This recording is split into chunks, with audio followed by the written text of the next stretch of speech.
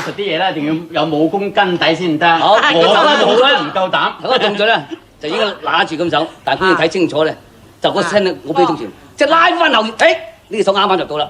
然後將個身反一托咁，咁焗住佢。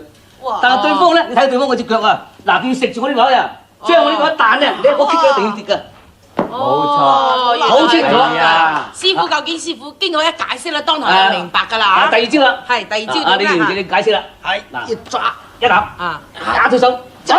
係嗱呢個手打住之後咧，但對方一定要靠腰力啊，係咁吞翻過嚟，咁樣哇！哦咁樣，你真係。頭先佢哋兩位師傅打嗰時好快，我哋睇唔到，而家你清楚解釋就知道啦。係咁啊，既然你哋兩位上咗嚟，難免都要同我哋表演。係啊，露一手啦，師傅。我要玩完㗎咯喎。唔係啊，你咁樣啲觀眾就要難為我㗎，你唔可以走開㗎。好啦，你咁點啊？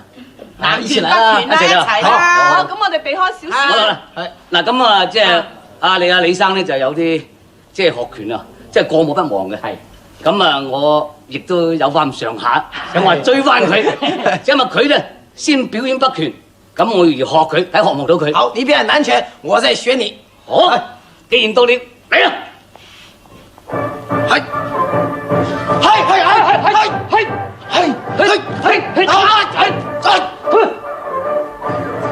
哇，真係好快喎，閃電都冇咁快。的確係真係跟唔到啊！